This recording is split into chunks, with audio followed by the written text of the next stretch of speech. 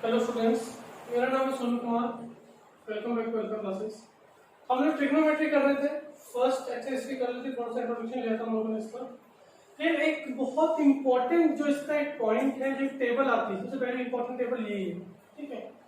उसमें teachers generally क्या बोलते हैं कि इसको रट लोगे तो आपके सारे फॉर्मूले बन जाएंगे, और ऐसा है भी। अगर आप इसको रट लोगे ढंग से तो आपके सारे फॉर्मूलेज आपको याद रह जाएंगे, फिर जो भी क्वेश्चन में आएगा तो कुछ पता चल जाएगा। 11 12 आगे भी काम होता है। पर प्रॉब्लम है कि इस टेबल को रटना थोड़ा सा टिपिकल लगता है, मुश्किल लगता है, ठीक है। तो अपन क्या कोशिश करते हैं कि हम लोग को रटनी ना पड़े, हम लोग इसको समझ लें कि भाई वैल्यूज आई कहाँ से है और इनका रिलेशन क्या है वैल्यूज का आपस में, ठीक है। तो जैसा कि हम जानते हैं कि trigonometry is all about right angle triangle, है ना।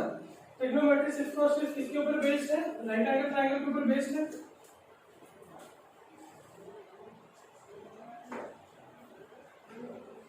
ठीक है, तो अपन बात कर रहे हैं पहले। हाँ, अब देखो ये क्या था? थीटा। थीटा क्या है? एंगल। तो हमारे पास कुछ फिक्स्ड वैल्यूज हैं कि भाई जब थीटा 0 होगा, 30 होगा, 45, 60 और 90 होगा तो साइन कॉस टेन के रेशियोज क्या होंगे? भाई ये साइन क्या होता है? P upon H. ये क्या होता है? B upon H. ये क्या होता है? P upon B. ये क्या हो जाएगा इसका रेसिप्रोकल? H upon P।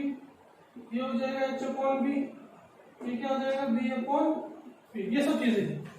तो जब वो ये बोलता है कि जब एंगल इतना है तो इनका रेशियोज क्या होगा, ठीक है। आइए चेक करते हैं। तो पहला हमारा जो केस है, हम लोग ले रहे हैं राइट एंगल ट्रायंगल ले रहे हैं, ठीक है। इसमें दो समझ सकते हैं अपन, 0 और 90 डिग्री, ठीक है। राइट एंगल ट्रायंगल है मेरा, ये है 90 डिग्री, ये है A, ये है B और ये है क्या? C, ठीक है ना। तो मेरे को बोला कि भाई आपका जो थीटा है ना, सपोज करो आपका थीटा कहाँ है? यहाँ, ठीक है। तो ये थीटा, तो ये क्या हो जाएगा मेरा? P, यानी कि ये कितना हो गया? परपेंडिकुलर, और ये कितना हो जाएगा? बेस, और ये तो हाइपोटेनस था ही स्टार्टिंग से, हाइपोटेनस था ना ये तो, ठीक है। तो उसने क्या बोला है केस नंबर 1 के लिए? Case hashtag 1 when theta is how much? 0। Theta 0 है। अब ये सपोज करो कि आप एक बिल्डिंग के सामने खड़े हो, उसमें 8-9 फ्लोर, ठीक है। आप यहाँ पे खड़े हो और इसके कुछ फ्लोर्स हैं ऐसे करके, ठीक है। आपने इसके टॉप पे देखा तो आपकी गर्दन ऊपर जाएगी, ऊपर देखोगे, ठीक है। फिर आपका दोस्त जो ऊपर देख रहे थे वो नीचे आ गए, नीचे वाले फ्लोर पे, तो आपकी जो लाइन ऑफ साइट है, इसको अपन लाइन ऑफ साइट बोलते हैं, ये नीचे आ जाएगी थोड़ी, फिर नीचे आएगी, फिर नीचे आएगी, फिर नीचे आएगी। जब वो एकदम ग्राउंड फ्लोर पे आ जाएगा, जो आपके सामने खड़ा होगा, तो आप उसको बिल्कुल सीधा देख रहे होगे, यानी कि जो आपका एंगल था अब वो कैसा हो चुका है? 0 हो चुका है। अब ये बताओ, अगर मैं इस एंगल को मैं यहां लेकर आऊं तो ये वाला एंगल θ1, क्या θ1 इज स्मॉलर देन थीटा है? ऑब्वियसली बात है, इसको हम प्रोटेक्टर से नापेंगे तो अगर ये आएगा 30 डिग्री तो ये कहीं ना कहीं 45 या फिर 30 से तो बड़ा ही आएगा। ये कितना आएगा? ठीक है। फिर मैं एक और एंगल लेता हूं, ठीक है। मैं थोड़ा और नीचे आ गया, अब ये वाला जिसको मैं नाम दे रहा हूं θ2, क्या θ2 is also smaller than θ1 and theta? भाई ये तो और छोटा है ना, प्रोटेक्टर से नापेंगे तो ये तो और छोटा हो जाएगा, ठीक है। ऐसे ही करते करते करते करते मैं पूरा जो अपना ये लाइन थी हाइपोटेनस वाली लाइन, अब देखो इस क्वेश्चन की हाइपोटेनस ये हो गया, इसके लिए हाइपोटेनस को मैं बिल्कुल सटा के कहां लेके आ गया? फिर नया परपेंडिकुलर कितना हो गया मेरा? ये हो गया मेरा P2। इसके लिए क्या हो गया मेरा परपेंडिकुलर? P1। तो मेरा बेस बिल्कुल सेम है, हाइपोटेनस चेंज होना है, परपेंडिकुलर की जो, अगर हाइपोटेनस को मैं ऐसे लेके आऊं नीचे तो हाइपोटेनस की लाइन नीचे आएगी तो परपेंडिकुलर का डिस्टेंस कम होता चला जाएगा। जैसे जैसे थीटा कम हो रहा है तो मेरा परपेंडिकुलर भी तो कम हो रहा है, हम लोगों ने देखी ये चीज, है ना। ओके, जब ये बिल्कुल इस लाइन के ऊपर आ जाएगा तो मेरा थीटा 3 कितना हो जाएगा, 0 के बराबर हो जाएगा। ठीक है, तो मेरा थीटा 3 0 के बराबर हो गया तो मेरा जो P3 है यानी कि जो मेरा परपेंडिकुलर है वो भी कितना हो जाएगा, ये वाला ए जो पॉइंट था ये धीरे धीरे धीरे धीरे धीरे मूव करते करते करते कहां पहुंच जाएगा, पॉइंट बी पे। Point A is at point B. Point A कहां पहुंच चुका है, पॉइंट बी पे पहुंच चुका है, यानी कि परपेंडिकुलर कैसा हो चुका है मेरा, 0। ठीक है, अब साइन क्या होता है, परपेंडिकुलर अपॉन हाइपोटेनस। परपेंडिकुलर कितना है 0, हाइपोटेनस कितना है उसको h मानते हैं। 0 अपॉन h क्या होगा, 0 अपॉन h, तो 0 अपॉन h को क्या बोलते हैं अपन, 0 ही बोलेंगे, है कि नहीं। अब ये मेरा हाइपोटेनस मूव करते करते करते करते कहां आ गया, हाइपोटेनस कहां आ गया, यहां पे पहुंच गया। तो हाइपोटेनस किसके बराबर हो चुका है, बेस के बराबर हो चुका है भाई। हाइपोटेनस ये लाइन थी, ये मूव करते करते करते करते कहां पहुंची, यहां पहुंच गई। अब मेरा ए पॉइंट भी यहां पहुंच चुका है। A C is equal to B C, यानी hypotenuse is equal to base. Clear, अब यहां रख के देखते हैं, base is equal to base यानी कि कितना आएगा, 1 आ गया।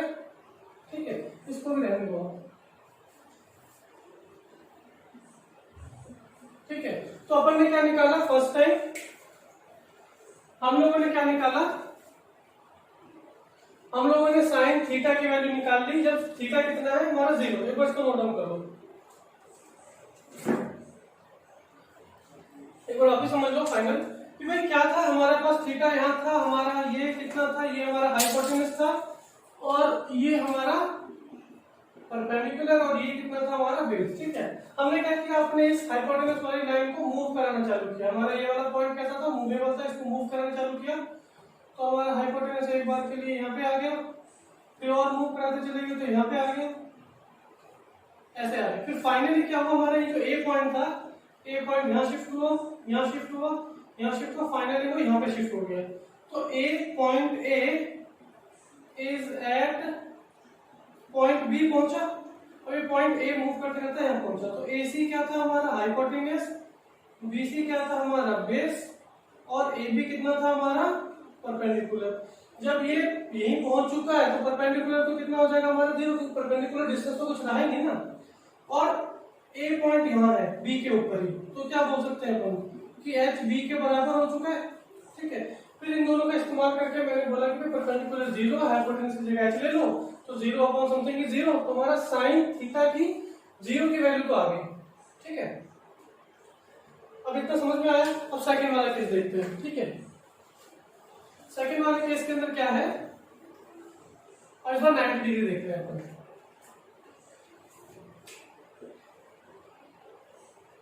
पिछली बार क्या था कि आपका दोस्त जो है वो एक एक फ्लोर नीचे आ रहा था, ए बी एंड सी, ये 90 डिग्री था। ठीक है, ये 90 डिग्री था, थीटा अपना यहाँ पे था, तो ये हाइपोटेनस परपेंडिकुलर बेस। ठीक है, अब क्या हुआ, आपका ये दोस्त बोल रहा है कि मैं नहीं आ रहा, तू आ। ठीक है, तो इसने क्या बोला, ठीक है भाई मैं थोड़ा पास आया था, तो यहाँ पे एक नया थीटा बना, थीटा बना। ठीक है, तो उसने बोला थोड़ा और नजदीक आ, उसने कहा ठीक है भाई और नजदीक आया तो फिर यहाँ पे एक थीटा बना। ठीक है, उसका नाम क्या है, थीटा 2। उसने कहा और पास आओ भाई, और पास आने के चक्कर में वो काफी नजदीक आ चुका है। ठीक है, यहाँ आ चुका है थीटा 3। ठीक है, तो देखो जैसे जैसे वो मूव कर रहा है, कोई सपोज करो कोई बिल्डिंग को देख रहे हो आप, जैसे जैसे उसकी तरफ मूव करोगे तो आपकी गर्दन तो सीधी होती चली जाएगी उसी तरफ, एंगल हमारा इंक्रीज होते चला जाएगा ना। तो इसका एंगल भी क्या हो रहा है, जैसे जैसे मूव कर रहा है, theta smaller than theta 1, smaller than theta 2 and smaller than theta 3। तो जब हम देखेंगे कि थीटा जो है ये छोटा है और थीटा 3 कैसा है, मैक्सिमम। ठीक है, पर जब ये थीटा चेंज हो रहा था तो जो हमारा बी है, ठीक है, देखो बी तो हमारा यहां से यहां तक था पहले, तो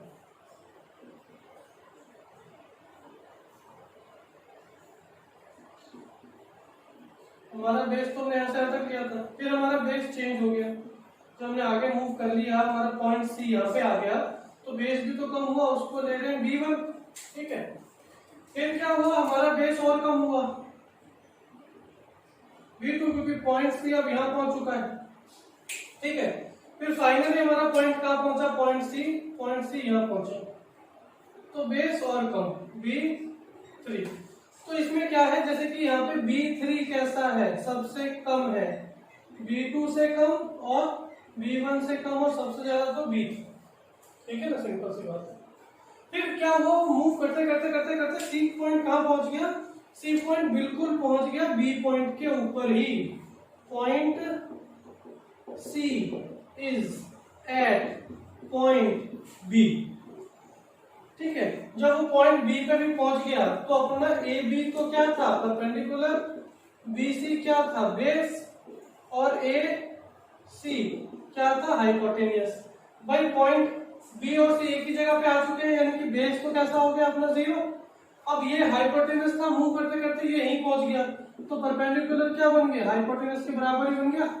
उसमें बेस हाइपोटेनस के बराबर हुआ था, इसमें परपेंडिकुलर हाइपोटेनस के बराबर हो गया। उसमें परपेंडिकुलर 0 हुआ था क्योंकि अपन नीचे आ गए थे, इसमें बेस 0 को अपन मूव करके बिल्कुल उसके सामने ही आ गए, ठीक है। तो यहाँ देखो सेकंड केस के लिए क्या होगा, इस बार परपेंडिकुलर हाइपोटेनस के बराबर है, तो परपेंडिकुलर हाइपोटेनस के बराबर, यानी कि पी की जगह P1 लिख सकते हैं, यानी कि कितना आ गया हमारा 1। कौन से वाले थीटा के लिए, when theta is equal to 90 degree. तो जब ये पूरा मूव करते करते यहीं पहुंच जाएगा तो हमारा थीटा भी कैसा हो जाएगा, 90 डिग्री हो जाएगा ना बिल्कुल। उसमें क्या होता, थीटा आगे आते करते करते 0 आ गया था हमारा, ठीक है। तो 2 केस तो हम लोग को मिल गए, एक केस रह गया हमारा, एक क्या, हमारे 3 केस रह रहे हैं, ठीक है। लो देखो अभी,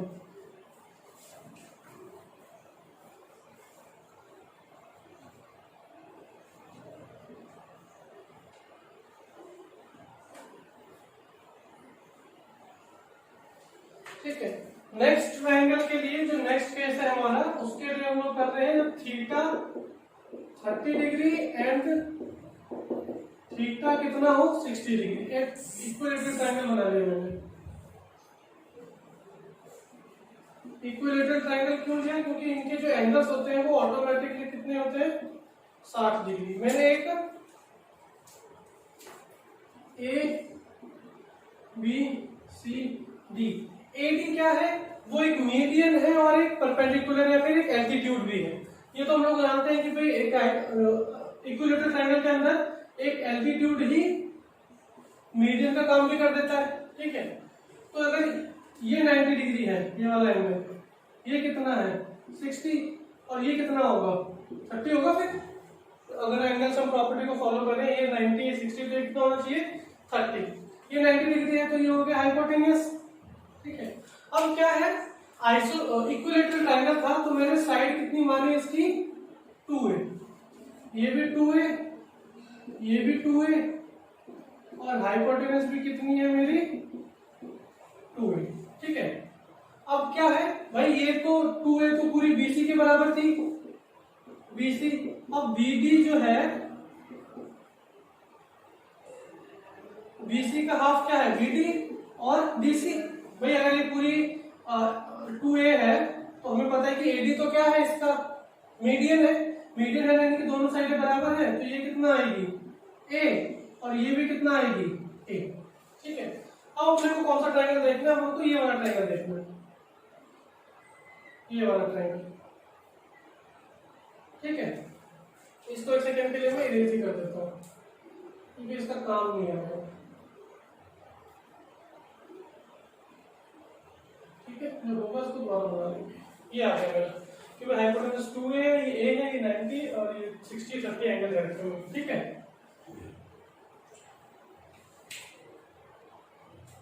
ठीक है, अब मुझे क्या निकालना है, पहले मेरे पास बेस तो है, अगर थीटा में 60 मान के चलता हूं, ठीक है। थीटा कितना हमारा 60, तो परपेंडिकुलर कौन सा हो जाएगा, परपेंडिकुलर AD हो जाएगा, अभी सामने वाले तो होगा थीटा के सामने वाला परपेंडिकुलर, और बेस कितना हो जाएगा, बेस कितना हो जाएगा DC, और हाइपोटेन्यूज तो हमारी कांस्टेंट रहेगी AC। AC की वैल्यू है 2a, DC की वैल्यू है a, और इसकी वैल्यू नहीं पता हमें, पर पाइथागोरस को पता है x square plus h square is equal to b square plus p square. ये कितना है 2a का स्क्वायर, ये कितना है a का square plus p square. p square कितना हो जाएगा 4a square minus a square, 3a square p square. Therefore p की वैल्यू कितनी आएगी अंडर रूट 3a। ठीक है, परपेंडिकुलर कितना है मेरा अंडर रूट 3a।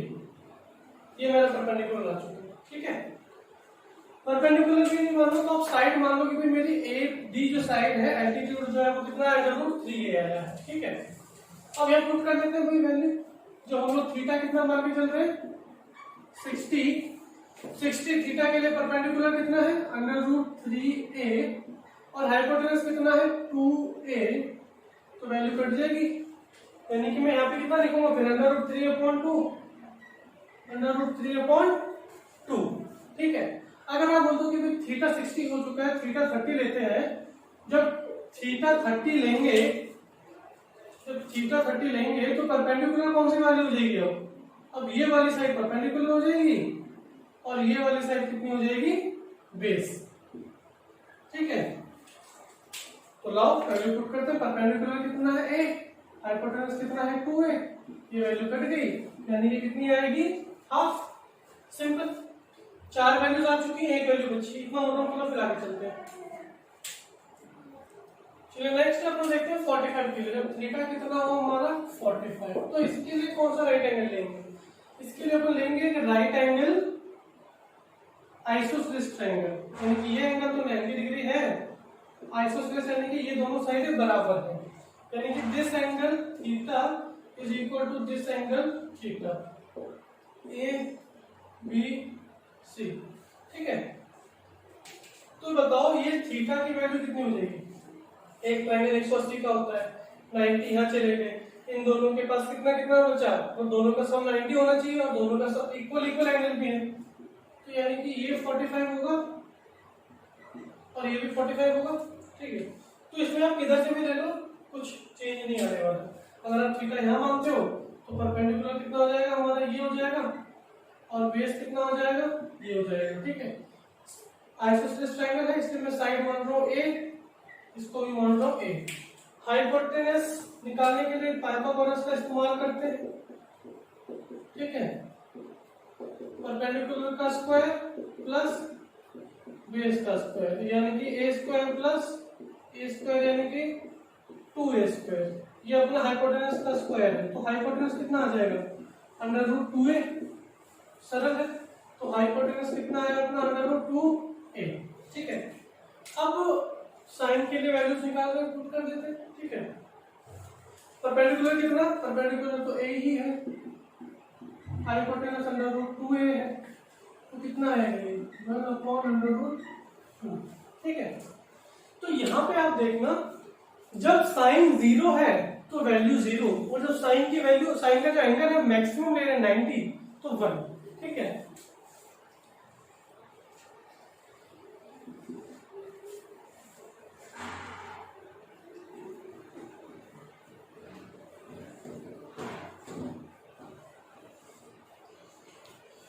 ओके, तो यानी कि अगर हम साइन के लिए हम लोग वैल्यू वाला ग्राफ बनाते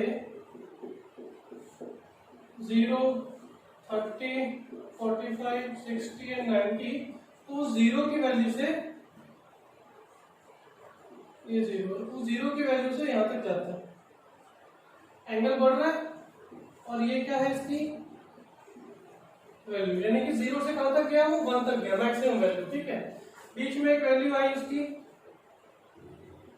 जो हाफ थी, फिर एक बड़ी वैल्यू आई, फिर एक और बड़ी वैल्यू आई। ठीक है, इस तरीके से। अब कॉस में क्या होता है, इसके बिल्कुल अपोजिट होता है, यानी कि इसको आप यहां से चालू कर दो। ठीक है, पहली टेबल आ चुकी है, सेकंड टेबल के लिए क्या करेंगे 1, फिर √3/2, 1/√2, हाफ एंड 0। ठीक है, जो वैल्यू हम लोगों ने निकाली थी पहले 0 हाफ √3 हाफ 1/√2 √3/2 1, उसको उल्टा एक ऑर्डर में बैठा दिया। ठीक है, फिर हम लोगों ने देखा था tan थीटा क्या होता है। tan थीटा होता है sin theta upon cos theta. ठीक है, ये हम लोगों ने पढ़ा नहीं है, अभी डिस्कस नहीं किया था हम लोगों ने, इसको देख लेते हैं एक बार।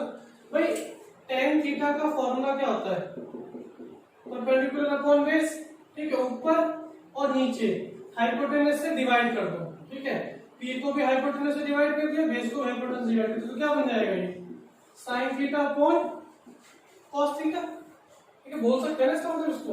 तो इसका मतलब tan 0 की वैल्यू sin 0 अपॉन cos 0 के बराबर होनी चाहिए। रेशियो थीटा थीटा है ना, थीटा कितना है इस बार हमारा 0। ठीक है, तो sin 0 कितना 0, cos 0 कितना 1, यानी कि ये भी कितना आएगा 0, ये आ गया कितना 0। ठीक है, tan 30 is equal to sin 30 upon cos 30। sin 30 कितना है 1/2, और ये कितना है √3/2, तो 2 से 2 कट जाएगा, पीछे क्या बचेगा 1/√3। ये कितना आएगा 1/√3। ठीक है, फिर नेक्स्ट वैल्यू क्या है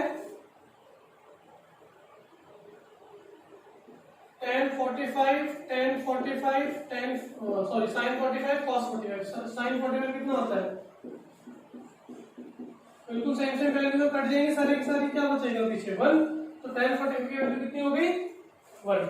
अब आते हैं अपन tan 60 पे, यानी कि sin 60 divided by cos 60। sin 60 की वैल्यू कितनी है √3/2, फिर cos की कितनी है हाफ, ये 2 कट जाएंगे नीचे से, कितना बचेगा √3, ये लिख दिया मैंने √3।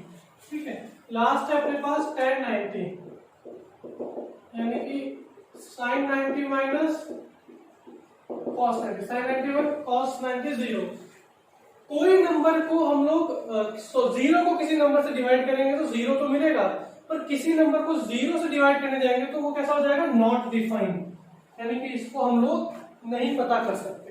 ठीक है, तो आगे देखो, आगे की जो 3 टेबल है ना, सिर्फ इनकी जो रेशियो है उसको रेसिप्रोकल करना है और कुछ नहीं करना है। अभी हम लोगों ने क्या किया, अगर आपको पहली टेबल समझ में आती है, एक वैल्यू याद करनी है, याद नहीं कर सकते समझ लो, समझा दिया है यहाँ पे कि भाई पहला वाला टेबल पहली वाली रो कैसे बनी, फिर उसके बाद क्या किया हम लोगों ने, उसका ऑर्डर जो था उसको रिवर्स कर दिया, फिर tan का कैसे निकला, इन दोनों को डिवाइड कर दिया 0/1 0 √1/2 डिवाइडेड बाय √3/2, ये 2 से 2 कट गया, 1/√3 आया, 1/2 डिवाइडेड बाय 1/2, पूरी वैल्यू को 1 आ गया, √3 डिवाइडेड बाय 2 1/2, 2 से 2 कटा √3 आया, 1 divided by 0 is not defined. ठीक है, हम लोग को पता है कि cosec को क्या लिखते हैं अपन, cosec थीटा को अपन क्या लिखते हैं 1/sin थीटा, यानी h/p लिखते हैं ना अपन। तो यानी कि ये क्या हो जाएगा h/p। अगर h को हम लोग कुछ भी मानते हैं, h को h मानो, उसको 0 कर दो, तो 0 h कोई भी नंबर आएगा डिवाइडेड बाय 0, यानी कि ये कैसा हो जाएगा नॉट डिफाइंड।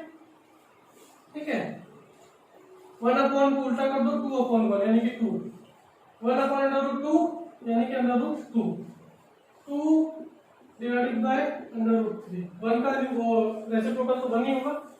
ठीक है, इसका क्या हो जाएगा 1 का रेसिप्रोकल 1, 2/√3 √2 2, और ये कैसा हो जाएगा नॉट डिफाइंड।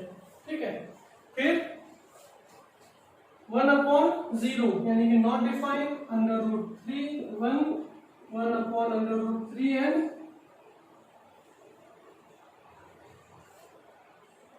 n का 0। ठीक है, ये आपकी टेबल पूरी बन चुकी है। सिर्फ इस टेबल को याद कर लोगे तो, समझ लोगे तो बहुत सारे क्वेश्चन जो हमारे बहुत आसानी से हो जाएंगे। ठीक है, अब आगे चलते हैं एक्सरसाइज नंबर 8.2 की तरफ।